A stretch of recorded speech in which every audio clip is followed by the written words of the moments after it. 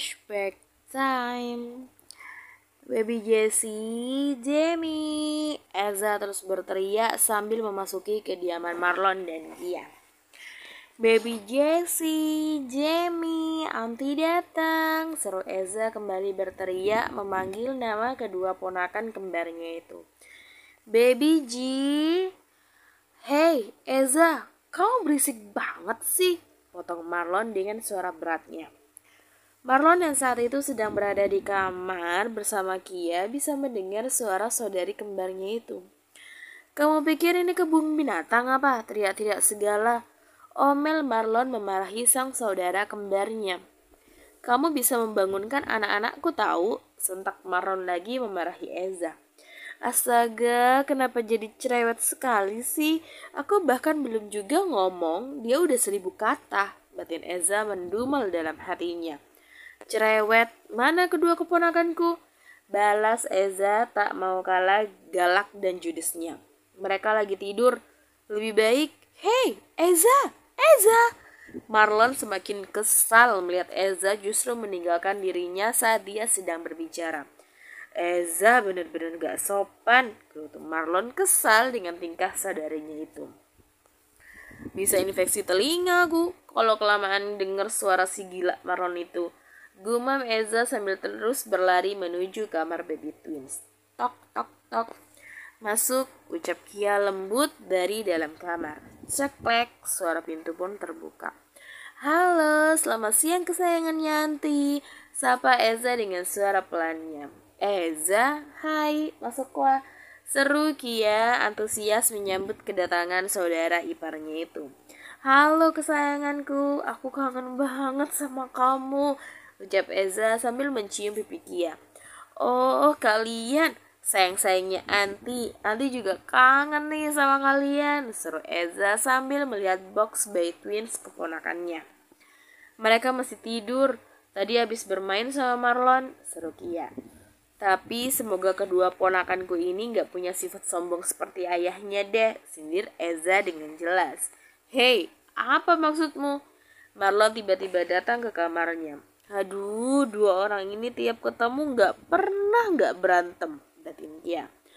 Marlon, kamu bisa membangunkan anak-anakmu ini, tegur Kia dengan tegas. Iya sayang, maafkan aku ya, balas Marlon dengan wajah memelasnya.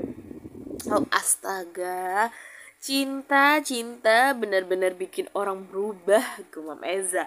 Dulu disia-siain, sekarang jadi bucin, kembali ejek Eza. Eza, Marlon kembali berteriak memarahi kembarannya itu. Suara tangis baby Jessie dan Jamie. Marlon, kali ini suara Kia benar-benar terdengar meninggi. Dia semakin kesal dengan perbuatan sang suami. Mati aku, bisa-bisa tidur di luar nih nanti malam, pikir Marlon. Sayang, aku... Shh, diam, lebih baik kamu keluar, seru Kia. Kia kemudian dengan hati-hati mencoba menenangkan kedua baby twinsnya. Sementara Eza tidak henti-hentinya menahan tawanya melihat sang kembaran Marlon diusir oleh Zaskia. Rasain kamu dimarahin Kia. Baru tahu kan gimana kalau emak-emak udah ngamuk, batin Eza. Sayang, Marlon kembali mencoba mendekati Kia untuk membujuknya. Marlon, pergi sekarang juga, balas Kia. Cup, sayang, anak-anak mama, jangan nangis lagi ya. Kia terus berusaha menenangkan kedua anak kembarnya. Awas saja kamu Eza, gara-gara kamu aku jadi diusir sama Kia, batin Marlon dengan kesal. Awas kamu ya, ancam Marlon pada Eza. Marlon, teriak Kia. Oke sayang, aku keluar, balas Marlon cepat sambil berjalan cepat meninggalkan kamar. Nasib, gumamnya. Wah, kamu benar-benar hebat Kia, bisa-bisanya buat CEO yang galak dan sombong itu jadi begitu, ucap Eza memuji Kia. Eza adalah salah satu saksi hidup hubungan Kia dengan Marlon. Bagaimana awalnya Marlon menolak pernikahan itu, sikap dingin Marlon bahkan hubungan Marlon yang lebih mementingkan wanita lain selain Kia, istrinya. Belum lagi sikap tidak peduli dan terkadang kasar Marlon yang sering melukai Tidak hanya hati, bahkan fisik Kia. Bagaimana Marlon bahkan membuat Kia terluka karena membela wanita lain. Eza tahu semua itu. Itu sebabnya dia cukup kaget melihat sekalipun dia senang dengan perubahan saudara kembarnya itu yang terlihat benar-benar tulus mencintai Kia. Dan bahkan sikapnya berubah menjadi lebih baik dan sangat takut kehilangan Kia. Kamu banyak bicara, cepat bantu aku gendong Jessie. Skak Kia kali ini kepada Eza. Astaga, kenapa setelah melahirkan Kia jadi galak begini sih? Pikir Eza takjub. Dia benar-benar menyayangi Kia, bahkan dia tidak pernah menyesal karena sudah mengikuti permintaan sang ibu untuk mengenalkan Kia pada saudara kembarnya itu. Kini semua harapannya pun terpenuhi. Flashback on. Pasca pengakuan Marlon bahwa dirinya mencintai Kia, Kia tidak serta-merta percaya kepada Marlon. Kia berpikir karena Marlon mengetahui bahwa Kia sedang hamil, itu sebabnya Marlon mengungkapkan itu semua. Kia, apa yang kamu lakukan di sini? Sapa Marlon lembut kepada Kia. Dia mencari-cari keberadaan sang istri dari tadi yang seolah terus menghindarinya itu. Oh, tidak, aku hanya sedang bersantai saja, balas Kia gugup. Kia tidak mengira bahwa Marlon akan menghampirinya di tepian kolam. Kenapa dia harus ke sini sih? Bukankah di dalam banyak orang? Batin Kia. Bolehkah aku duduk di sini? Tanya Marlon hati-hati. Dia tidak ingin membuat Kia lari lagi dan pergi menghindarinya. Tentu aja kamu boleh duduk dimanapun. Ini kan rumahmu, balas Kia. Kalau begitu aku permisi ya, aku akan ke dalam lagi ucap Kia sambil bergerak untuk beranjak bangun. Marlon jelas tidak akan membiarkan Kia kembali menghindarinya. Dengan cepat Marlon menahan tangan Kia. Apa kamu mencoba menghindariku lagi? Tanya Marlon. Dia melihat gelagat berbeda dalam diri Kia setelah dia menyatakan cintanya. Apa? Astaga, kenapa dia bisa tahu? Batin Kia. Apa maksudmu? Aku hanya ingin ke dalam saja, balas Kia kikuk. Aku minta maaf Marlon, aku hanya belum siap untuk berbicara denganmu. Aku tidak tahu harus bagaimana menerima ini semua. Pikir Kia dalam hatinya. Aku tahu, mungkin ini terlalu cepat bagimu. Mungkin kamu tidak akan percaya dengan perlakuanku kemarin. Tapi kali ini biarkan aku yang berjuang untuk mendapatkan hatimu, batin Marlon. Dengan tatapan penuh cintanya, Marlon memandang Kia dan tersenyum. Kia, beri aku waktu untuk membuktikan semua ucapanku kemarin. Aku akan menunjukkannya kepadamu bahwa aku serius dengan kata-kataku. Ucap Marlon dengan jujur, dia benar-benar sangat mencintai Kia. Luka-luka yang dilukiskan Marlon pada hati Kia belumlah hilang. Sekalipun Kia menerima Marlon, namun Kia selalu mengingat setiap luka yang diberikan oleh Marlon. Kia berusaha menerima Marlon karena keluarga besarnya. Jauh sebelum Marlon mengungkapkan perasaannya, Kia sudah bertekad untuk tidak berharap akan kehidupan cintanya dengan Marlon. Bisa dikatakan bahwa sebagian pintu hatinya sudah tertutup. Marlon, aku akan masuk ke dalam. Aku permisi dulu ya, seru Kia sambil berjalan meninggalkan Marlon yang hanya terdiam menatap kepergian sang istri. Aku terlalu bodoh. Aku hampir saja membuat kesalahan terbesar dalam hidupku. Aku hampir kehilangannya, kehilangan permata hatiku, gemam Marlon. Flashback time. 1 minggu pasca pengakuan Marlon, hubungannya dengan Kia memang berjalan baik, namun tetap ada jarak di antara mereka. Tembok yang sempat dibuat Kia sebagai benteng pertahanannya ternyata cukup tinggi juga. Itu sebabnya sekalipun dia menerima Marlon, namun hati dan pikiran Kia masih terus bersinggungan satu sama lain. Kia belum terbiasa dengan perubahan sikap Marlon. Seperti siang ini, Marlon mendapatkan kabar dari mertuanya bahwa Kia berada di rumah mertuanya dan berencana untuk menginap. Tadi pagi dia nggak bilang apa-apa, sekarang dia mau nginep di rumah papa mama juga nggak bilang apa-apa. Gumam Marlon. Marlon pun hanya bisa memijat keningnya. Hei, kenapa? Kok kusut amat tampang tampan kita kali ini? Seru Romeo mengejek sepupunya. Zaskia, ini soal Kia bro, lirik Marlon. Kia? Loh, emang ada apa sama Kia? Cecar Romeo. Aku kok ngerasa Kia selalu menghindariku ya belakangan ini. Aku rasa dia semakin canggung kalau kami sedang berduaan. Bahkan hari ini dia nggak bilang-bilang kalau mau nginep di rumah orang tuanya. Kalau Papa Roy nggak ngabarin, aku nggak mungkin akan tahu, jawab Marlon sambil memejamkan matanya.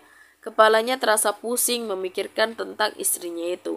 Sikap Kia kepadanya yang berubah. Kalau dulu Kia bisa mengekspresikan dirinya, bahkan lebih sering menyapa Marlon, lebih hangat, berbeda dengan sekarang. Sikap Kia seolah lebih dingin, selalu menjaga jarak dengannya, bahkan menghindari berada di ruangan yang sama dengan dirinya itu. Bukan layaknya suami istri. Marlon, kasih waktulah buat si Kia. Kamu sering dengar kan kalau wanita itu sangat lembut dan rapuh. Ya wajar sih kalau Kia bersikap seperti ini sekarang. Mengingat dulu sikapmu jahat banget sama Kia. Coba kamu ingat-ingat lagi. Sikapmu bahkan lebih buruk daripada sikap Kia sekarang, seru Romeo. Romeo tidak menyalahkan Marlon. Dia hanya berusaha mengingatkan Marlon bahwa sikapnya dulu yang membuat Kia berubah sekarang. Kasih dia waktu untuk menyembuhkan semua luka-luka hatinya, bro. Jawab Romeo lagi dengan bijak. Luka, gumam Marlon. Iya, Romeo benar. Ini semua akibat kesalahanku sendiri. Aku sudah menanamkan begitu banyak duri dalam hatinya yang aku tabur sekarang karena aku menanam sakit luka di hati Kia, pikir Marlon. Apa aku terlambat? Tanya Marlon. Sekarang dirinya menjadi sangat tidak percaya diri dan ketakutan akan kehilangan Kia. Kita nggak tahu seberapa dalam luka yang kamu buat, tapi setidaknya berjuanglah untuk mendapatkan Kia kembali. Ingat, kini dalam rahim istrimu ada Kia dan Marlon Junior. Gak peduli seberapa keras kamu berjuang, kamu harus bisa mendapatkan Kia kembali, balas Romeo. Benar, aku harus mendapatkan Kia kembali. Apapun halangan dan rintangannya, ucap Marlon penuh tekad.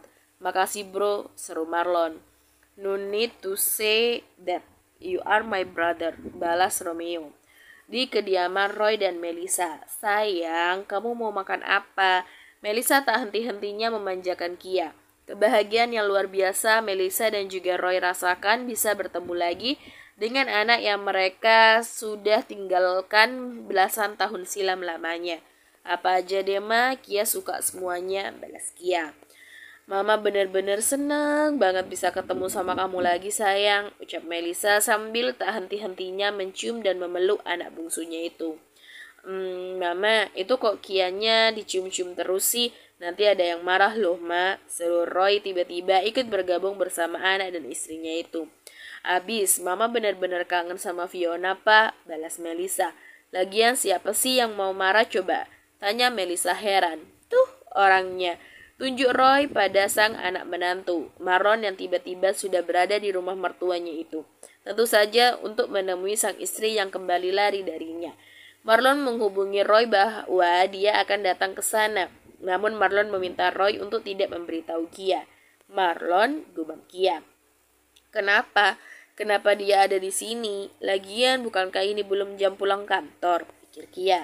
Selamat siang menjelang sore, Ma. Pa, ucap Marlon dengan ramah. Melissa pun menjawab sapaan sang menantunya. Siang Marlon, kenapa nggak bilang kalau mau datang? Ya udah, Mama masakin dulu ya buat kalian, seru Melissa. Gak usah repot-repot, Ma. Ini juga belum jam makan kan? Balas Marlon dengan sungkan. Gak apa-apa, tadi Kia katanya lapar. Kayaknya anak kalian kelaparan tuh. Kekeh Melissa sambil mengelus perut sang anak. Sementara Marlon terus menatap Kia yang tidak ingin menatapnya itu. Aku gak peduli kalau kamu gak suka kalau aku datang. Yang jelas aku gak akan melepaskan kamu, Kia. Aku gak akan biarkan kamu pergi jauh-jauh dariku, Kia, batin Marlon. Ya udah, Mama tinggal ke dapur dulu ya, ucap Melissa. Papa juga mau ke kamar deh sebentar, mau rebahan. Kalian berdua santai-santai aja ya di sini, ucap Roy meninggalkan anak dan menantunya itu. Mama, Kia ikut Mama ke dapur ya. Kia bantuin ya, Mama. Melihat bahwa dirinya akan kembali berduaan bersama Marlon, Kia refleks meminta ikut ke dapur menemani sang ibu. Nggak usah sayang, kamu nggak boleh capek-capek. Kamu di sini aja sama suami kamu ya. Mama nggak akan lama kok, ucap Melissa. Tapi Marlon tahu bahwa Kia kembali ingin menghindarinya. Marlon pun dengan cepat mengambil tempat di samping Kia. Kamu temani aku di sini ya, pintanya sambil berharap penuh kepada Kia. Aku mohon tetaplah berada di sisiku Kia, batin Marlon. Tuh, Marlonnya udah kangen tuh sama kamu. Ya udah, Mama ke dapur dulu ya, seru Melisa sambil berlalu meninggalkan anak dan menantunya. Kak, kamu kenapa ada di sini? Apa kamu gak kerja? Tanya Kia dengan gugup. Siapa yang kasih tahu dia sih kalau aku ada di sini? Baru juga mau kabur, masa udah dijemput aja? Pikir Kia. Aku CEO-nya sayang, aku yang punya perusahaan, jadi aku bisa datang dan pulang kapan aja bukan? Balas Marlon dengan senyumnya. Lagian ada pekerjaan yang lebih penting sekarang. Kerjaan yang lebih penting? Kerjaan apa? Tanya Kia ikut penasaran. Kerjaan yang lebih penting itu adalah aku ingin selalu berada di samping istriku ini. Jawab Marlon dengan memegang tangan Kia dan menciumnya. Perbuatan Marlon semakin membuat Kia nggak karuan. Di satu sisi dia merasa bahagia, tapi di sisi lain Kia menjadi canggung dan seolah kembali dipaksa untuk mengingat semua perbuatan jahat Marlon kepadanya. Marlon, aku mau ke kamar mandi. Aku ke kamar mandi dulu ya sebentar, seru Kia sambil menarik kembali tangannya. Marlon tidak ingin membuat Kia semakin tertekan. Dia pun membiarkan Kia. Baiklah, aku tunggu di sini ya. Izinkan aku mengobati luka yang sudah kutorehkan Kia, lirih Marlon.